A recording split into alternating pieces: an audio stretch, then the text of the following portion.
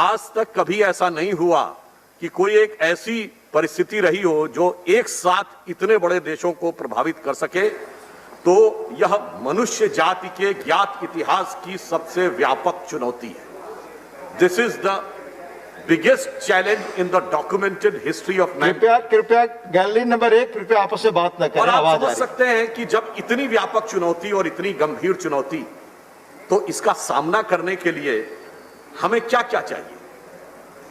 हमें उससे सामना करने के लिए एक मनोबल चाहिए, यानी संकल्प चाहिए, फिर संसाधन चाहिए, उसके साथ साथ सभी वर्गों के साथ समन्वय चाहिए, और चूंकि यह प्राण घातक है तो संवेदनशीलता भी चाहिए। अब मैं सभापति महोदय यह भी थोड़ा बताना चाहूंगा कि चुनौती के सामने हम खड़े कहां थे। यदि आप देखें तो इस परिस्थिति में चाइना की परिस्थिति थोड़ी विचित्र, अलग और संदिग्ध है। तो एक बार उसको छोड़ दें तो हम दुनिया के सबसे बड़े देश थे। दुनिया के सबसे बड़े देश ही नहीं, जहां आज भी 2/3 से अधिक लोग ग्रामीण क्षेत्र में रहते हैं। यदि 2011 की जनसंख्या को माने तो 27% लोग आज भी निरक्षर थे, यानी जो समझ ही नहीं सकते थे कि क्या लिखा हुआ है। और आज भी बिलो पॉवर्टी लाइन की संख्या, अब उसमें मैं नहीं जाता विस्तार से क्यों इतने वर्षों तक रहा, अलग बात है, परंतु आज का यथार्थ यह था कि वो विश्व में सबसे अधिक है। तो आप समझ सकते हैं कि हम कहां पर खड़े हुए थे जिस समय यह चुनौती शुरू हुई। क्योंकि हमारे कई सदस्यों ने कहा था कि वो क्रोनोलॉजिकल ऑर्डर में बात को करना चाहते हैं, क्रोनोलॉजी ऑफ द इवेंट्स देखे, तो मैं क्रोनोलॉजिकल ही प्रक्रिया से, यानी काल क्रमानुसार इस घटनाक्रम की व्याख्या करने का प्रयास कर रहा हूं। और इन सब के साथ हमारे पास उस समय केवल एक वायरोलॉजी की लैब थी। तो आप समझ सकते हैं कि हम उस समय कहां खड़े थे, किस चुनौती के साथ खड़े थे। और यह इतनी बड़ी चुनौती थी कि दुनिया के बड़े बड़े शक्तिशाली देश जो चिकित्सा सुविधाओं के बड़े बड़े केंद्र माने जा रहे थे, अमेरिका, ब्रिटेन और इटली तक, वो इस तूफान के आगे भरभरा के गिरते हुए दिखाई पड़ रहे थे। और इतना ही नहीं, माननीय उपसभापति महोदय, हमारा ही देश एक ऐसी विचित्र परिस्थिति में भी था जहां स्वास्थ्य कर्मियों पर हमले हो रहे थे, जिसके बचाव के लिए हमें एक कानून तक लाना पड़ा।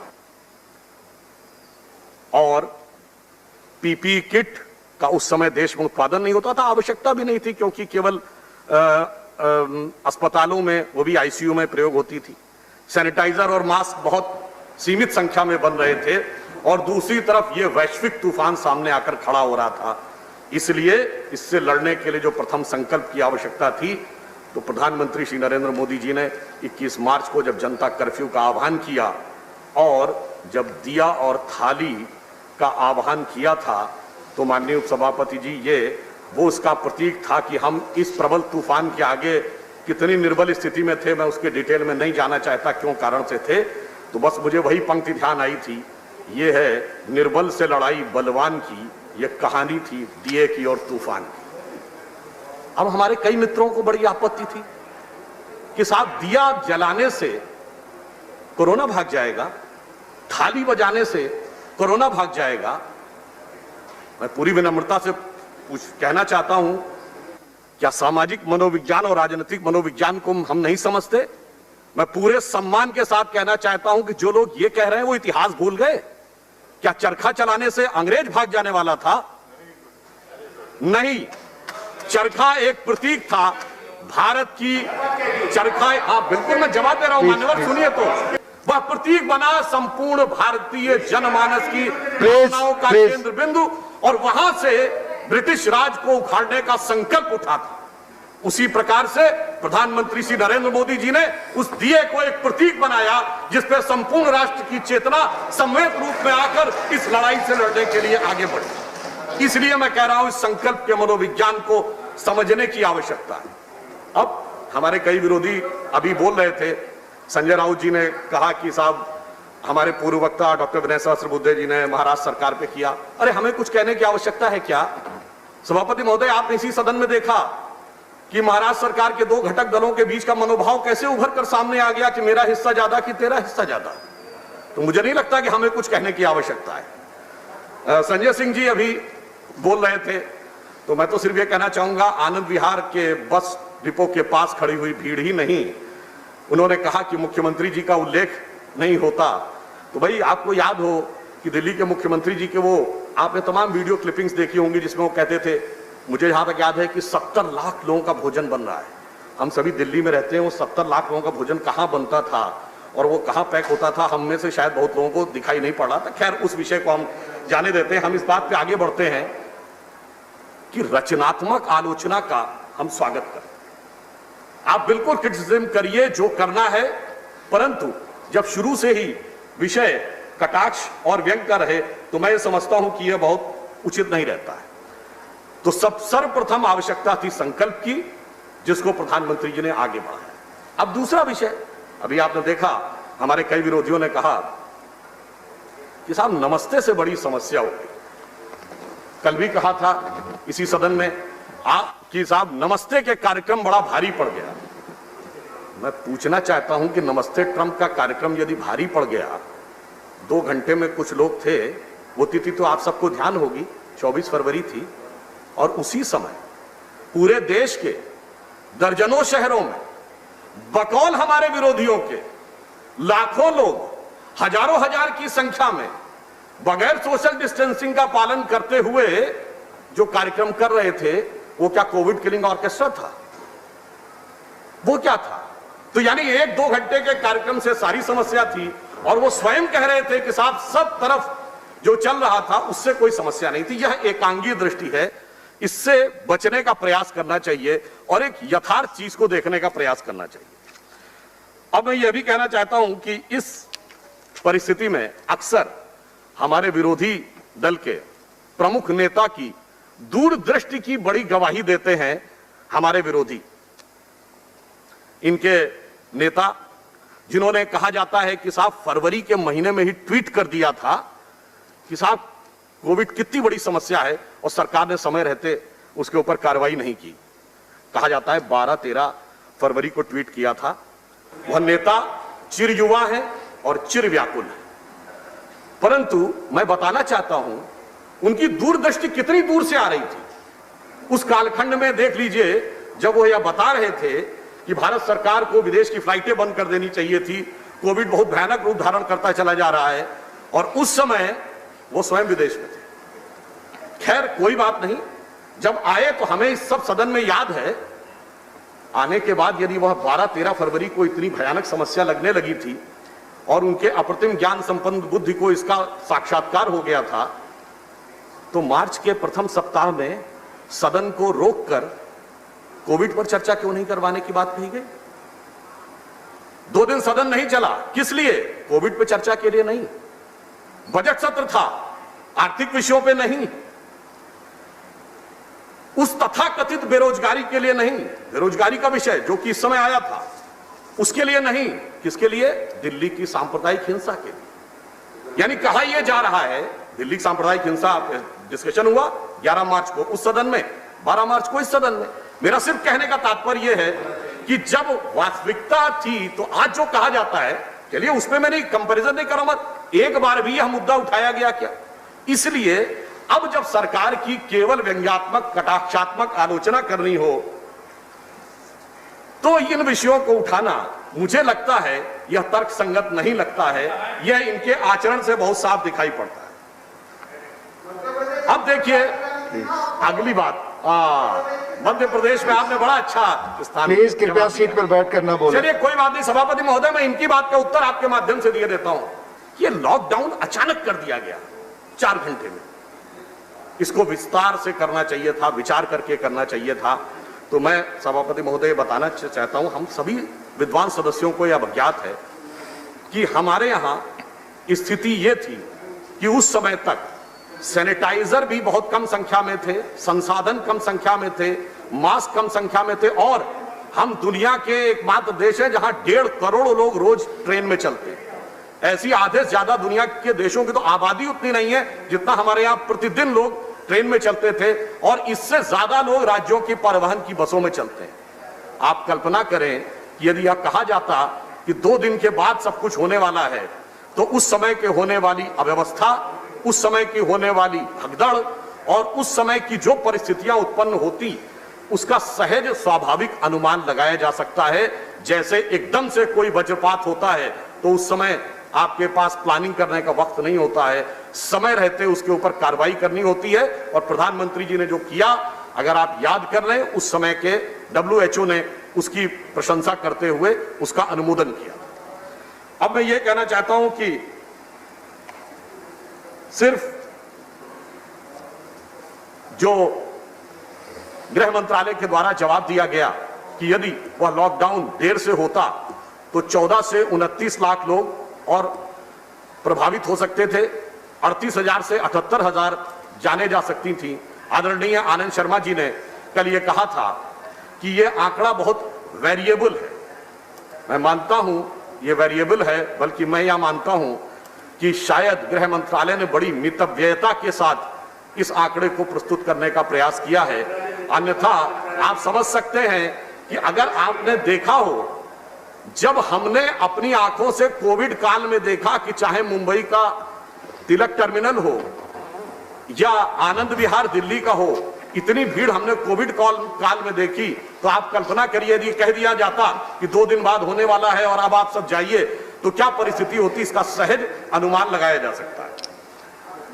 अब अगला प्रश्न आता है कि आप समन्वय कितना कर रहे थे। अगला आरोप था कि समन्वय नहीं किया। तो मैं यह बताना चाहता हूं कि प्रधानमंत्री जी ने, आप सभी ने देखा, मुख्यमंत्रियों से निरंतर समन्वय किया, सभी विपक्षी दलों के नेताओं के साथ बातचीत की।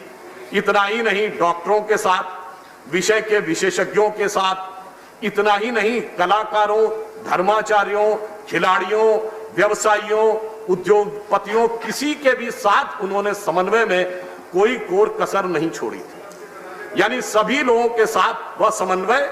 और अगर मैं ये कहूं कि समाज का कोई भी तबका ऐसा नहीं था जिसमें उन्होंने किसी भी प्रकार से छोड़ने का प्रयास किया हो, तो यह अतिशयोक्ति नहीं होगी। मैं याद दिलाना चाहता हूं लॉकडाउन के डिसीजन के बारे में।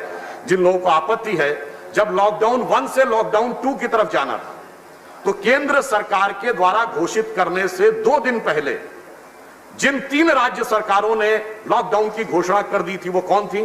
पंजाब, महाराष्ट्र और तेलंगाना। इसका अर्थ बहुत साफ है, और तीनों संयोग से विपक्ष की सरकारें थी।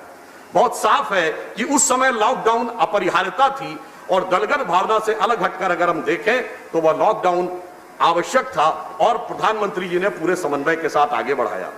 और आपने देखा, सिर्फ समन्वय इतना नहीं, सार्क देशों के राष्ट्राध्यक्षों के साथ भी उन्होंने वार्ता की, G20 के राष्ट्राध्यक्षों के साथ भी वार्ता की। और हम सबको वह दृश्य भी ध्यान होगा जब प्रधानमंत्री जी ने एक सामान्य नर्स से बात की थी, तो उस नर्स का मनोभाव आप उस चित्र में देखते तो वह देखते बन रहा था, जो कहीं ना कहीं इस बात का प्रमाण था कि बड़े बड़े राष्ट्राध्यक्षों से लेके और एक सामान्य स्वास्थ्य कर्मी तक प्रधानमंत्री समान रूप से समन्वय की बात कर रहे थे। कल हमारे तृणमूल कांग्रेस के नेता सदन ने यह कहने का प्रयास किया कि बंगाल की मुख्यमंत्री जी ने एक अवेयरनेस का प्रयास किया था जब उन्होंने जमीन के ऊपर वह सर्किल्स बनाए। अच्छा प्रयास था, पर उन्होंने कहा कि दूसरा दृश्य उन्हें याद नहीं आया। तो मैं कहना चाहता हूं, आप भूल गए, मुख्यमंत्री के द्वारा जमीन पर सोशल डिस्टेंसिंग का संदेश देते हुए सर्किल बनाने का दृश्य याद है, प्रधानमंत्री के द्वारा स्वच्छता का संदेश देते हुए झाड़ू लगाने का चित्र नहीं याद था। प्रधानमंत्री के द्वारा समाज के सबसे वंचित तबकों का पाद प्रक्षालन, पैर धोने का वो दृश्य नहीं याद था। जब दृश्य याद करिए तो सारे याद करिए। और वैसे तो देखिए, तस्वीर की जहां तक बात है तो थोड़ा सा मैं कहना चाहूंगा, भाई पश्चिम बंगाल के मुख्यमंत्री जी की भी एक बड़ी विशेष तस्वीर हुआ करती थी। जब हम लोग कोलकाता जाते थे तो यत्र तत्र सर्वत्र दिखती थी, आजकल वो नहीं दिखती है। और अब तो सभापति महोदय इंटरनेट पे भी आसानी से नहीं दिखती है। अब शायद वो तस्वीर तसव्वुर में चली गई है, इसलिए वो अब हृदय पटल पे होगी और दृश्य पटल पर दिखाई नहीं पड़ती। अब मैं ये कहना चाहता हूं कि अब अगर हम आगे बढ़े तो समन्वय के साथ साथ अगला प्रश्न आता है संसाधन। हमने क्या किया इन महीनों में? हमने यह किया कि एक लैब थी, वहां से बढ़ते हुए हम 1705 लैब तक हैं। आज देश का कोई ऐसा जिला नहीं है जहां पर कि कोविड की लैब उपलब्ध ना हो, जबकि पहले स्थिति यह थी कि वो केवल एक थी पुणे में, पूरे देश में और कहीं नहीं थी। कई दिन लगते थे उस वायरोलॉजी के टेस्ट करने में। आज स्थिति यह है कि हेल्थ मिनिस्टर साहब ने बताया कि 10.94 लाख टेस्ट पर डे किए जा रहे हैं, जो इस समय भारत वैश्विक मानक से ऊपर चल रहा है टेस्ट करने के मामले में। एक भी पीपीई किट नहीं बनती थी, आज 1.93 करोड़ पीपीई किट बनने का आदेश और 1.29 करोड़ पीपीई किट बन चुकी है। जहां तक दवाओं की बात है, हमने भारी मात्रा में दवाएं न सिर्फ यहां बनाई है बल्कि तमाम देशों को एक्सपोर्ट भी की हुई है। अगर आप ये देखें तो हाइड्रोक्लोरोक्विन या अन्य दवाओं के साथ पहली बार एक संयोग भी रहा कि अमेरिका के एफडीए ने अपनी मार्केट में भारतीय दवाओं को मंजूरी दी, जो अभी तक भारतीय कंपनियों की दवाओं को वो मंजूरी नहीं मिलती थी। आज हाइड्रोक्लोरोक्विन के मामले में उन्होंने परमिशन दी कि मार्केट में वो सेल कर सकते थे और इसलिए उन्होंने बुलाया भारतीय कंपनियों को कि भारत के ही प्रोडक्ट को बुलाया। सामान्यतः वो भारत के किसी प्रोडक्ट को स्वीकार नहीं करते। अब मैं दूसरी बात कह रहा हूं, देखिए WHO का कहना था कि कितने टेस्ट पर मिलियन होने चाहिए, न्यूनतम 140। हमारे यहाँ इस समय 740 के आसपास पर मिलियन टेस्ट हो रहे हैं। तो जो पहले एक बात थी कि टेस्टिंग नहीं हो रही है, टेस्टिंग अब प्रचुर मात्रा में हो रही है, क्योंकि जो संसाधन बढ़ते चले गए, संसाधनों के विस्तार के साथ सरकार ने टेस्टिंग को भी आगे उसी हिसाब से बढ़ाने का प्रयास किया। इन कुछ महीनों में 13,14,646 आइसोलेशन बेड बने, 2,31,093 ऑक्सीजन से युक्त बेड बने, 62,000 से अधिक आईसीयू बेड बने, जिसमें 32,575 वेंटिलेटर युक्त बेड। जबकि उल्लेखनीय बात यह है कि जब यह क्राइसिस शुरू हुई तब वेंटिलेटर हमारे यहां नहीं बनते थे। अब वेंटिलेटर बन भी रहे हैं और अब बाहर भी भेज रहे हैं। तो अगर हम इस प्रकार और अगर हम कुल मिला के देखें तो इस समय देश में 15,284 कोविड सेंटर्स हैं और 12,826 आइसोलेशन सेंटर्स। यानी इन महीनों में संसाधनों की अभिवृद्धि जितनी की जा सकती थी वह हमने करने का पूरा प्रयास किया है। और इसी दिल्ली में 10,000 की क्षमता वाला वह एक कोविड हॉस्पिटल है, जिसका उद्घाटन गृह मंत्री श्री अमित शाह जी ने किया था और जिसमें भारत के केंद्रीय जो रिजर्व पुलिस फोर्स हैं उन लोगों ने उसे खड़ा करने में महत्वपूर्ण भूमिका निभाई। उसके लिए हम उनका अभिनंदन करते हैं। अब जैसा कि स्वास्थ्य मंत्री जी ने बताया था कि 3 वैक्सीन के ऊपर एडवांस स्टेज में काम चल रहा है। अभी समाचार पत्रों में आया था कि शायद रूस से वैक्सीन खरीदने की प्रक्रिया भी आगे चल रही है। तो ये वो चीजें हैं जो संसाधनों के विकास में हम आगे बढ़ने का प्रयास कर रहे हैं। परंतु इसी के साथ हमने एक नई प्रक्रियाओं का भी प्रयास किया, जो हम सिर्फ एक ही प्रकार की चिकित्सा पद्धति से यह संदेश या समाधान पाने का प्रयास करेंगे। इसलिए इंटरडिसिप्लिनरी आयुष टास्क फोर्स का गठन किया गया।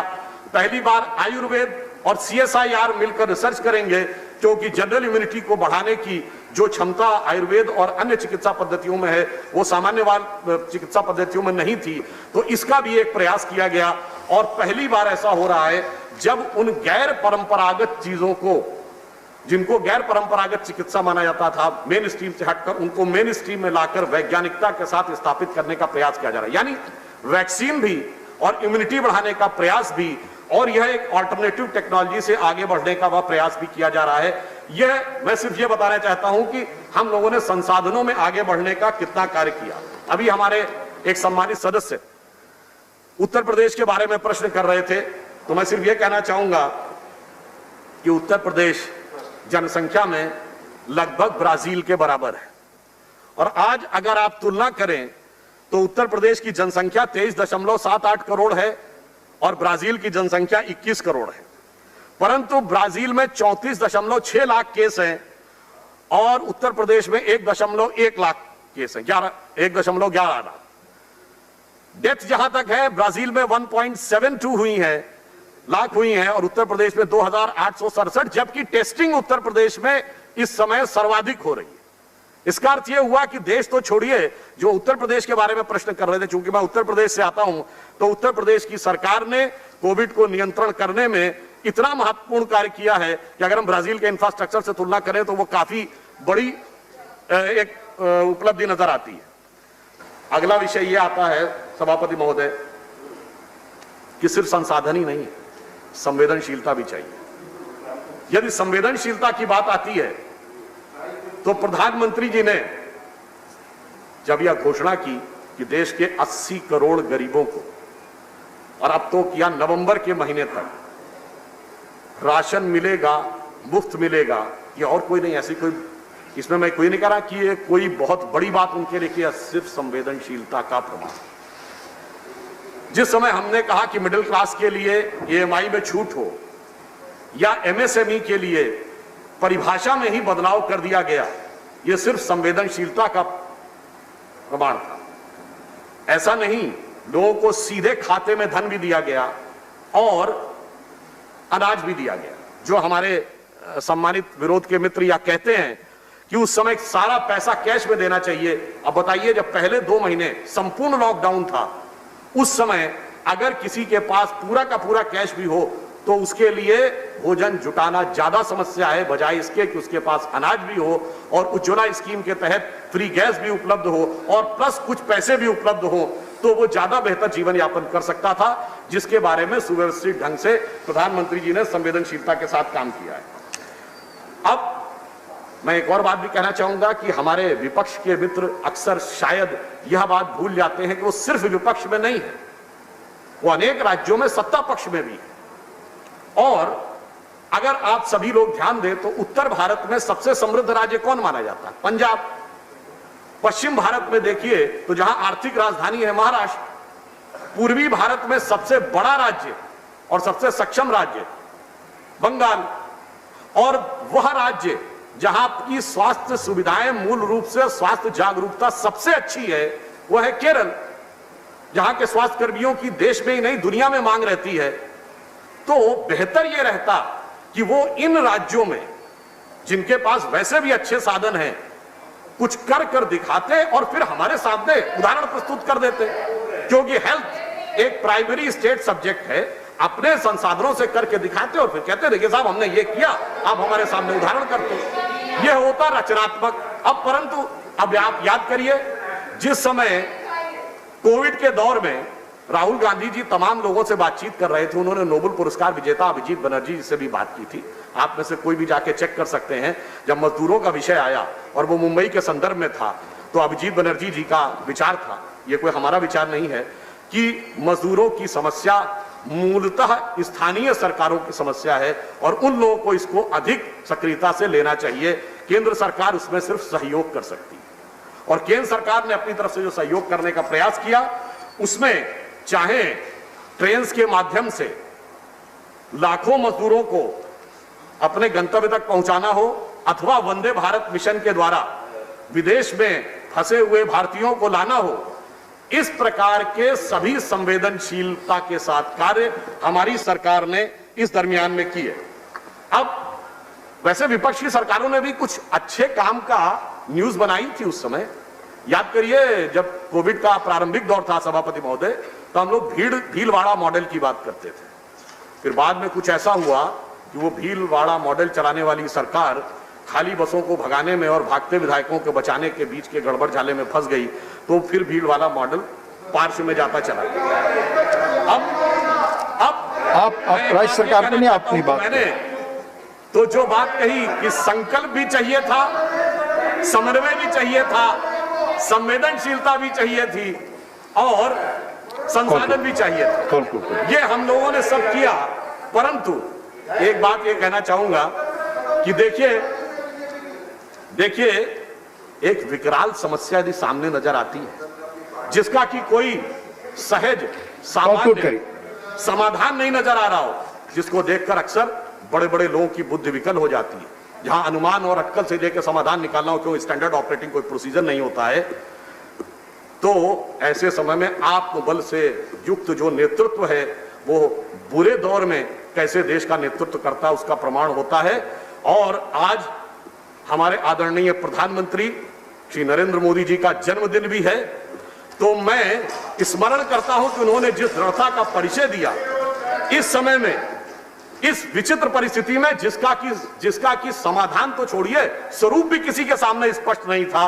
तो यह पंक्ति उनके लिए कहता हूं, यह संसार मनुष्य के लिए एक परीक्षा स्थल है, दुख है प्रश्न कठोर देखकर होती बुद्धि विकल है, किंतु स्वात्म बल विज्ञ सत्पुरुष, आत्मबल से विज्ञ सत्पुरुष जैसे मोदी जी, किंतु स्वात्म बल विज्ञ सत्पुरुष सही पहुंच अटकल से हल करते हैं प्रश्न सहज ही अविरल मेधा बल से।